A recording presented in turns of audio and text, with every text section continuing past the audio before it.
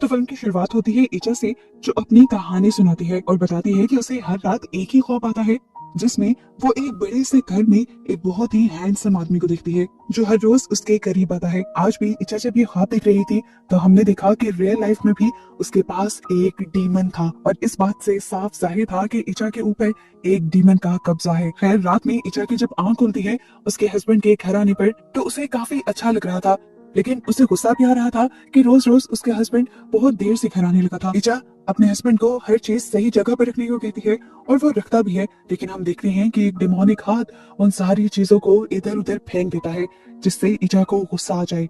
ऐसे में इचा और उसके हस्बैंड के दरमियान में बहस हो जाती है और उसका हस्बैंड बगैर खाना खाए ही नाराज होकर यहाँ से चला जाता है। अगले दिन इचा काम पे जाकर अपने फ्रेंड को अपनी ये टेंशन बताती है कि उसे लगता है कि उसका हस्बैंड बदल गया है। वो पहले की तरह उसे टेंशन नहीं देता, तो उसके दोस्तों से समझाती है कि वो भी उसे पहले की तरह ट्रीट नहीं करती, उसके साथ पहले की तरह मीठा नहीं बोलती और उसके लिए तैयार नहीं होती। वो इच्छा से कहती है कि अगर तुम चाहती हो कि तुम्हारा हस्बैंड तुम्हें अटेंशन दे तो तुम भी आज रात उसके लिए अच्छे से तैयार होना। यहाँ इच्छा का हस्बैंड एरियल भी इसी चीज को लेकर परेशान था कि इच्छा उससे खुश नहीं रहती। वो ये बात अपने सीनियर को भी बताता है, तो सीनियर भी उसे यही मशवरा देते हैं कि तुम जाकर इच्छा से अच्छे से बात करना। अब आज रात जैसे ही एरियल घर आता है तो इच्छा बहुत अच्छे से तैयार हुई हुई थी, वो उसे अच्छे से बात भी करती है और आज का दिन इनका बहुत अच्छा गुजरता है। इच्छा जैसा चाहती थी कि एरियल उसे प्यार करे, एरियल उसे प्यार भी करता है, लेकिन इसी दौरान हम उन दोनों के साथ उस डेमन को भी देख पाते हैं। खैर, इच्छा अब सो जाती है और ख्वाब में उसे दोबारा वही हैंडसम आदमी नजर आता है, और आज वो हैंडसम आदमी गुस्से में था। वो इच्छा से कहता है कि तुम मेरी कैद से बाहर नहीं जा सकती। इस सुनते ही डर कर इच्छा की आंख खुल जाती है। ख्वाब में उस आदमी ने उसके पेट पे एक फूल भी रखा था। इच्छा जब डर कर उठी तो उसने देखा वो फूल उसके बेड पे पड़ा हुआ था, और अब यहाँ पर उसके हस्बैंड यानी एरियल नहीं था। इच्छा जब नीचे गई तो एरियल ने उसके लिए ब्रेकफास्ट बनाया हुआ था। ये दोनों एक दूसरे से अपनी पुरानी गलतियों की माफी मांग कर एक नई जिंदगी की शुरुआत करने का डिसाइड करते हैं। यहाँ इच्छा जब आज काम पे आई तो उसे स्टोर रूम में वही फ्लावर दिखा जो उसके बेड पे था। वो जब इसे उठाने लगी तो किसी और हाथ ने उस फ्लावर को पहले ही उठा लिया। डर कर उसने पीछे देखा कि ख्वाब वाला हैंडसम आदमी अब उसके सामने था, जो तेजी से उसकी तरफ बढ़ रहा था। इच्छा पता नहीं कि उससे डर रही थी, और जैसे ही इच्छा ने उसका रिफ्लेक्शन शीशे में देखा तो वो और भी ज्यादा डर गई, क्योंकि रिफ्लेक्शन में वो डीमन नजर आ रहा था, वो एक शैतान नजर आ रहा था। कि देखकर उसे वॉमिट हो जाती है, और जब वो वॉशरूम में जाती है तो पीछे पीछे उसे देखते हुए उसकी फ्रेंड भी आ जाती है। इच्छा उससे बात किए बगैर यहाँ से चली गई, और उसकी फ्रेंड उसकी वॉमिट को देखकर बहुत ज्यादा परेशान हो गई, क्योंकि उस वॉमिट में खून और बहुत सारे वॉर्म्स यानी कीड़े थे।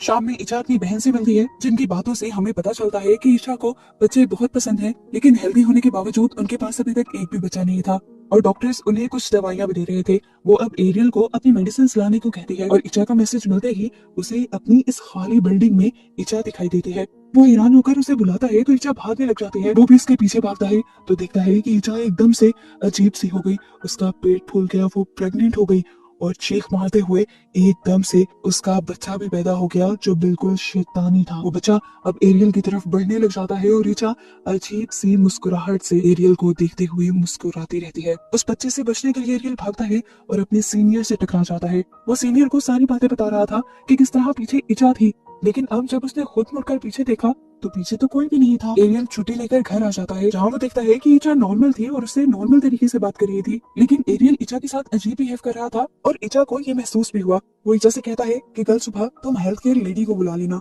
और ये कहकर वो सोने चला जाता है। सोते हुए भी उसे रात में दिखने वाले सारे वियंस नजर आ रहे थे, जिससे वो बार बार डर रहा था। सुबह होने पर वो लेडी जिनको एरियल ने बुलाया था वो आ भी जाती हैं और इचा की मसाज करने लगती हैं, और करते करते वो एरियल को बताती हैं कि इचा 3 मंथ्स की प्रेग्नेंट थी। ये सुनकर इचा तो बहुत ज्यादा खुश हो गई, लेकिन एरियल बहुत ज्यादा दुखी हो गया। इचा 3 महीने की प्रेग्नेंट हो ही नहीं सकती थी, क्योंकि पिछले 6 महीने से एरियल और इचा करीब नहीं आए थे। एरियल ये सारी बातें अपने सीनियर से डिस्कस करता है, तो उसका सीनियर भी इन सारी बातों के बारे में खुद इचा से बात करने का मशवरा देता है एरियल को। यहाँ इचा तो बहुत ज्यादा खुश थी, जैसे उसे कोई खजाना मिल गया था। वो अपने सभी कलीग्स को भी अपनी प्रेगनेंसी के बारे में बहुत खुश होकर बताती है, लेकिन हम देखते हैं कि इचा की दोस्त आज खुश नहीं थी। वो इचा के लिए परेशान थी, क्योंकि पिछले दिन उसने इचा की वॉमिटिंग में वॉर्म्स और खून देखा था, जो अच्छा साइन नहीं था। लेकिन इचा बहुत खुश थी, इसलिए उसने अपने दोस्त की सारी बातों को इग्नोर कर दिया। यहाँ पार्किंग में अब एरियल को एक गाड़ी से किसी बच्चे के रोने की आवाज आई। उसने जाकर लाइट लेकर जब उस गाड़ी में चेक किया तो उसे गाड़ी में एक शैतानी बच्चा नजर आया। ये देखकर वो डर के यहाँ से भाग जाता है और उसके भागते ही पीछे हम देखते हैं कि डीमन ने उस बच्चे को हाथ में लिया हुआ था। घर जाकर एरियल इचा का फोन चेक करता है क्योंकि इचा पर उसे शक हो रहा था और उसके फोन में उसे एक लड़के की चैट भी दिख जाती है। जब वो इचा से इस बारे में पूछता है तो वो बताती है कि ये लड़का उसका बचपन का दोस्त था जो अपनी वाइफ से झगड़े के बाद बस उससे बात कर रहा था। उसके और इचा के दरमियान में ऐसा कुछ भी नहीं था। इचा को अब समझ आ रही थी कि एरियल उस पर क्यों शक कर रहा है, इसलिए वो गुस्से में एरियल से कहती है कि कल को हम लैब जाएंगे और टेस्ट करवाएंगे और मैं ये प्रूफ करूंगी कि ये बच्चा तुम्हारा ही है। इचा की बात मानते हुए सुबह को ये लोग हॉस्पिटल पहुंच जाते हैं, जहाँ पर डॉक्टर जब इचा को चेक करती है तो पता चलता है कि इचा तो प्रेग्नेंट ही नहीं थी। तो ये सब जो हो रहा था वो क्या था? डॉक्टर बताती है कि जब कोई लड़की माँ बनना चाहती है और इस चीज को अपने सर पर सवार कर लेती है तो उसकी बॉडी में अक्सर ऐसे चेंजेस आने लगते हैं कि उसे वहम हो जाए कि वो प्रेग्नेंट है। हेल्थ केयर ने भी सिर्फ उसकी बॉडी की शेप देखकर उसे बता दिया था कि वो प्रेग्नेंट है, हालांकि ऐसा कुछ भी नहीं था। ये सारी बातें सुनकर इचा और भी ज्यादा परेशान हो जाती है और एरियल बहुत ज्यादा दुखी हो जाता है कि उसने फिजूल में इचा पर शक किया। इचा उदास थी, वो ये जाकर सारी बात अपनी दोस्त को बताती है तो उसकी दोस्त उसे कहती है तुम्हारे साथ जो कुछ भी हो रहा है वो ठीक नहीं है। इसीलिए वो इचा को अपने टीचर जैनी के पास लेकर जाती है। जैनी साहब जैसे ही इचा को देखते हैं तो उन्हें इचा के पीछे वही डीमन नजर आ जाता है और वो समझ जाती है कि इचा के साथ बहुत बड़ा मसला है। अब वो इचा को और उसकी दोस्त को अंदर बुला लेते हैं और उन्हें ऐसे जिनों के बारे में बताने लगते हैं जिनका काम लोगों की मैरिड लाइफ को खराब करना होता है। यहाँ पर वो इचा से सवाल करते हैं कि तुम्हें कोई ख्वाब या वहम तो नहीं होते? इचा जब उन्हें अपने ख्वाबों के बारे में बताती है तो वो इचा को बताते हैं कि तुम्हारे पीछे एक ऐसे जिन का साया है जो लोगों का घर खराब करते हैं। इचा अब अपनी प्रेगनेंसी वाली बात भी जैनी साहब को बताती है तो जैनी साहब कहते हैं कि तुम प्रेग्नेंट नहीं हो इचा, और ये सुनकर वो और भी ज्यादा गुस्से में आ जाती है। इचा की हालत बहुत ज्यादा खराब थी, इसलिए उसकी दोस्त आज काफी देर तक उसके पास रुकती है जब तक कि वो सो नहीं जाती। उसके बाद वो अपने घर जाने के लिए निकलती है तो उसे रोड पे एक बिल्ली का बच्चा दिखाई देता है जिसे वो उठाकर ऊपर की तरफ रख देती है ताकि कोई उसे कुचल ना दे। पर अचानक उसे अजीब सा महसूस होता है।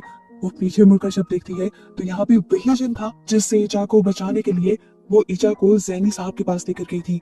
इसीलिए वो जिन बहुत ज्यादा गुस्से में आया हुआ था और वो इचा के दोस्त के ऊपर हमला करके उसे मार देता है। ये सब कुछ इचा अपने ख्वाब में भी देख पाती है और डर कर उठ जाती है। उसे बाहर से शोर भी सुनाई दे रहा था।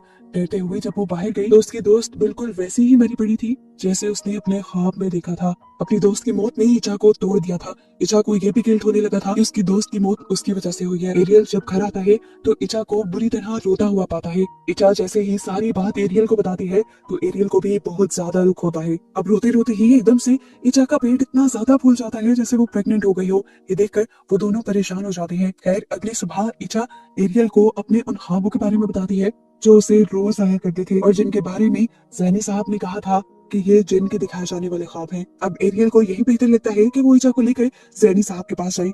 जैनी साहब देख रहे थे कि इचा और एरियल कितनी मुसीबत में है, इसीलिए वो उनकी मदद करने को मान जाते हैं और यहाँ पर इचा का एक्सोर्सिज्म स्टार्ट होता है, यानी डीमन से छुटकारा पाने का उसका प्रोसेस शुरू कर दिया जाता है। लेकिन ये डीमन बहुत ज्यादा ताकतवर था। एक्सोर्सिज्म के दौरान ही वो इचा की बॉडी के अंदर आ जाता है और इन सब को भयानक आवाज में बताता है कि वो इस डीमन को इचा से दूर नहीं कर सकते क्योंकि एक दूसरे डायमेंशन में, एक दूसरी दुनिया में इचा ने इस डीमन से शादी की हुई थी। जिसके बाद वो डीमन इचा की बॉडी से निकल जाता है और इस टाइम इचा को बहुत ज्यादा दर्द होता है।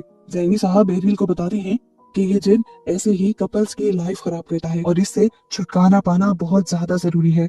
जिससे छुटकारा पाने के लिए ये उन्हें कुछ वर्स बताते हैं जो इन्हें रोज पढ़नी थी। ये लोग 14 दिन तक उस वर्स को पढ़ते रहते हैं और सच में इनकी लाइफ पहले से बहुत ज्यादा नॉर्मल हो जाती है और इन वर्ड्स के पढ़ने से उसे वो हाँ पाना भी बंद हो गए थे। लेकिन एक दिन एरियल इचा को बताता है कि उसे एक काम के सिलसिले में बाहर जाना पड़ेगा। हालांकि वो इचा को ऐसी हालत में छोड़कर जाना नहीं चाहता था, लेकिन दूसरे शहर जाने से उसे बहुत ज्यादा पैसे मिलने वाले थे जिससे उनकी फाइनेंशियल सारी प्रॉब्लम सॉल्व हो जाती। इचा एरियल से कहती है तुम्हें जाना चाहिए, मैं अपना ख्याल खुद रख लूंगी। अपने हस्बैंड के जाने के बाद रात में इचा वही वर्ड्स पढ़कर सो जाती है। लेकिन आज हम उसके घर को अजीब देखते हैं, यानी वो जिन वापिस आ चुका था और एरियल के इचा से दूर जाने का वो फायदा उठाने वाला था। इचा सुबह जब काम पे गई तो उसके सभी एम्प्लॉयज की आंखें तब्दील हो गईं। वो डरावने अंदाज में इचा की तरफ बढ़ने लगी और सभी अजीब आवाजों में ये कहने लगी कि इचा तुम मुझे छोड़कर नहीं जा सकती। इन सारी चीजों से इचा बहुत ज्यादा डर जाती है और रात में अपनी बहन को घर बुला लेती है। ये सारी बातें इचा ने अब एरियल को भी कॉल पे बता दी थी कि उसके साथ ये सब हुआ था। अब एरियल इचा की बहन को कॉल करता है और उसे कहता है कि जो भी हो जाए तुमने इचा को सोने नहीं देना, क्योंकि आखिरी बार भी यही हुआ था कि जब उसके फ्रेंड उसे जैनी साहब के पास लेकर गई थी तो इचा के सोने के बाद जिन ने इचा की दोस्त को ही मार दिया था, और अब अगर इचा सो गई तो जिन जरूर उन दोनों के ऊपर हमला कर सकता है। वो इचा को बातों में लगाए रखती है, लेकिन बातें करते करते इचा को इतनी गहरी नींद आ जाती है कि वो कंट्रोल भी नहीं कर पाती। उसकी बहन उसे बहुत जोर जोर से हिलाकर भी उठाने की कोशिश करती है। इचा जब नहीं उठती तो एकदम से जिन इचा की बहन के ऊपर हमला कर देता है। वो पहले उसके कंधे पे हाथ लगाता है और फिर उसे उठाकर बेड से नीचे फेंक देता है। इचा की बहन डरकर कमरे से बाहर आ जाती है तो कोई ना दिखने वाली पावर उसे उठाकर दीवार पे फेंक के मारती है और इचा की बहन वहीं पर बेहोश हो जाती है। यहाँ इचा की जब थोड़ी देर बाद आंख खुलती है तो अब उसका पेट दोबारा से फूल चुका था और उसे बहुत ज्यादा दर्द भी हो रहा था। ये देखकर उसे गुस्सा आने लगा और वो लड़खड़ाते हुए यहाँ से नीचे जाने लगी। उसने सीढ़ियों के पास बैठी अपनी बहन को भी नहीं देखा जो इस टाइम बेहोश थी। इचा एक हैंगर लेकर अपने अंदर से उस बच्चे को निकालने की कोशिश करती है, लेकिन नाकाम हो जाती है। जब तक एरियल यहाँ पहुंचता है तो इचा की हालत बहुत ज्यादा खराब थी। वो इचा की बहन को होश दिलवाता है और फिर उसके साथ इचा को लेकर फौरन जैनी साहब के घर जाता है, जहाँ पर जैनी साहब बहुत सारे और लोगों को भी बुलाते हैं और यहाँ पर इचा का एग्जॉर्सिज्म शुरू कर दिया जाता है। यहाँ पे बहुत सारे लोग प्रेयर्स पढ़ रहे थे और इधर इचा के ख्वाब के अंदर हम दूसरी दुनिया देख रहे थे, जिन्नों की दुनिया। उस जिन की दुनिया में भी इन सब लोगों की पढ़ी हुई प्रेयर्स उसे सुनाई दे रही थी और वो प्रेयर्स के साथ जाना चाहती थी, उस दुनिया से निकलना चाहती थी। लेकिन यहाँ पर वो जिन आकर उससे कहता है कि तुम मेरी दुनिया से नहीं जा सकती। इचा उससे डर के इधर उधर भागने लग जाती है और उसके भागने से उस जिन को गुस्सा आ जाता है और वो एकदम से इचा के पास आकर उसे पीछे से जकड़ लेता है। जैसे ही वो जिनों की दुनिया में उसे जकड़ता है तो यहाँ असली दुनिया में इचा पूरी तरह पोसेस होकर बेड से ही उठ जाती है और उसका बेड भी हवा में उठ जाता है। उसकी आंखें भी शैतानी हो गई थी और वो जिनों की तरह ही हंस रही थी। ये लोग अब अपनी प्रेयर्स को और भी ज्यादा जोर जोर से पढ़ने लग गए थे, जिससे उस जिन को भी बहुत ज्यादा दर्द हो रहा था।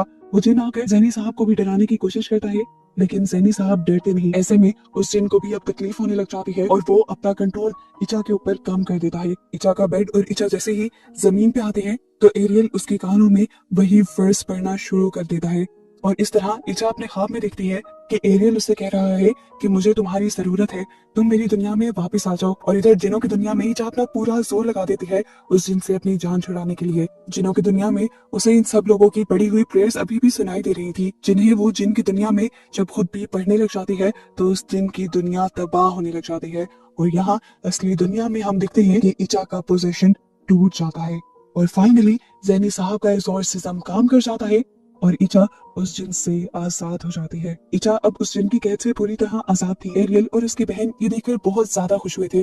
कहानी के एंड पर हमें 6 साल बाद का वक्त दिखाया जाता है, जहाँ अब इचा के 2 बच्चे भी हो चुके थे और इनकी जिंदगी अब नॉर्मल थी। हम देखते हैं कि इचा के बच्चे जब बाहर खेल रहे थे तो इचा की बहन उन बच्चों को बाहर से लेने के लिए जाती है और हम घर के बाहर उसी शैतान को देखते हैं जो इस टाइम इंसानी शक्ल में था और इचा की बहन को वो काफी अजीब लग रहा था। ये बताया जा रहा है कि वो जिन अब इचा के ऊपर पूरी तरह से तो कब्जा नहीं कर पा रहा, लेकिन उससे ज्यादा दूर नहीं गया। मूवी के एंड पर हमें वो असली लड़की भी दिखा दी जाती है जिसके ऊपर ये मूवी बनाई गई थी कि ये मूवी एक सच्ची कहानी है और उस लड़की का ही इंटरव्यू दिखाते हुए ये मूवी यहाँ खत्म हो जाती है।